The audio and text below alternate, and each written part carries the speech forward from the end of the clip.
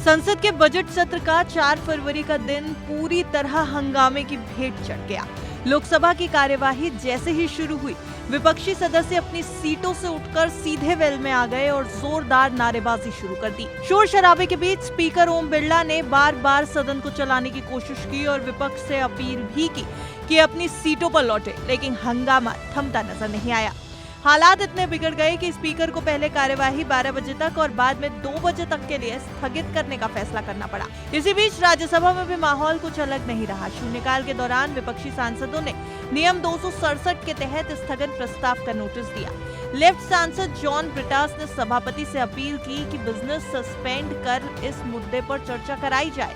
हालांकि वहां भी हंगामे की स्थिति बनी रही और सरकार और विपक्ष आमने सामने नजर आए। ये पूरा हंगामा विपक्ष की तरफ से सरकार पर उठाए गए सवालों को लेकर के है, जो एप्स्टीन फाइल्स के संदर्भ में उठाए जा रहे हैं।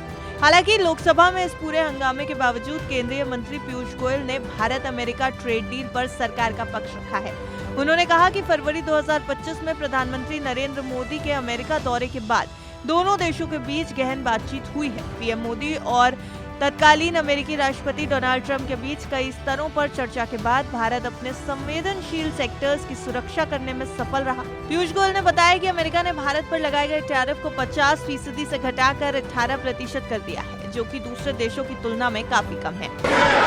2 फरवरी 2026 को प्रधानमंत्री जी और अमेरिकी राष्ट्रपति डोनाल्ड ट्रंप ने द्विपक्षीय और अंतर्राष्ट्रीय महत्व के कई मुद्दों पर फोन पर चर्चा की। इसके बाद राष्ट्रपति ट्रंप ने अमेरिका को किए जाने वाले भारतीय निर्यात की दर घटाकर 18% करने की घोषणा की।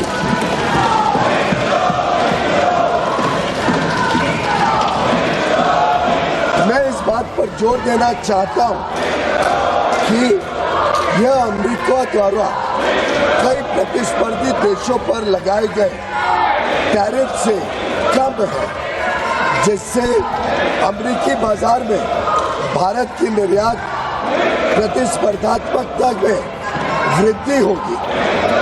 यह समझौता भारतीय निर्यातकों को विशेष रूप से श्रम प्रधान क्षेत्रों और विनिर्माण में महत्वपूर्ण तुलनात्मक लाभ भी प्रदान करता है। उन्होंने साफ तौर पर यह भी कहा कि कृषि और डेयरी जैसे संवेदनशील क्षेत्रों में भारत का हित पूरी तरह सुरक्षित रखा गया है। भारत और अमेरिका एक दूसरे के पूरक इकोनॉमीज हैं। अमेरिका डेटा और ऊर्जा के क्षेत्र में अग्रणी है और इन क्षेत्रों में सहयोग भारत के लिए जरूरी है। इस समझौते से भारत का एक्सपोर्ट बढ़ेगा और नवाचार को एक नई रफ्तार मिलेगी, जिससे देश को लॉन्ग टर्म फायदा होगा। मैं इस सम्मानित सदन के समक्ष यह दोहराना चाहता हूं कि खाद्य और कृषि क्षेत्र में भारत की प्रमुख संवेदनशीलता का पूर्णतः ध्यान रखा गया है।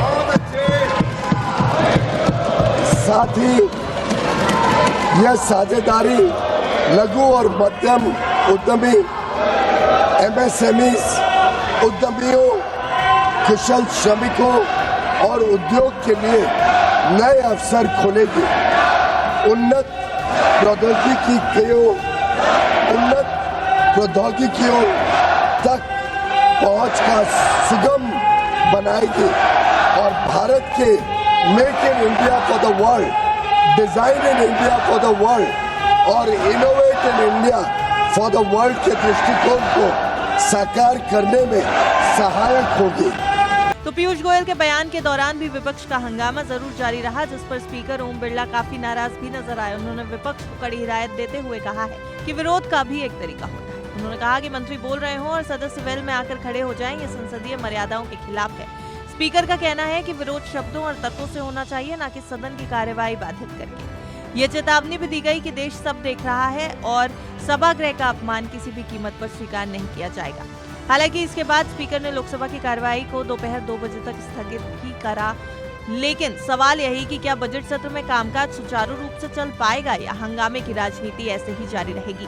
ट्रेड डील बजट 2026 इन जैसे कई मुद्दों को क्या संसद में एड्रेस किया जाएगा या फिर लोकसभा की कार्यवाही लगातार हंगामों के बीच थमती नजर आएगी। आपको क्या लगता है, कमेंट बॉक्स में जरूर बताएं।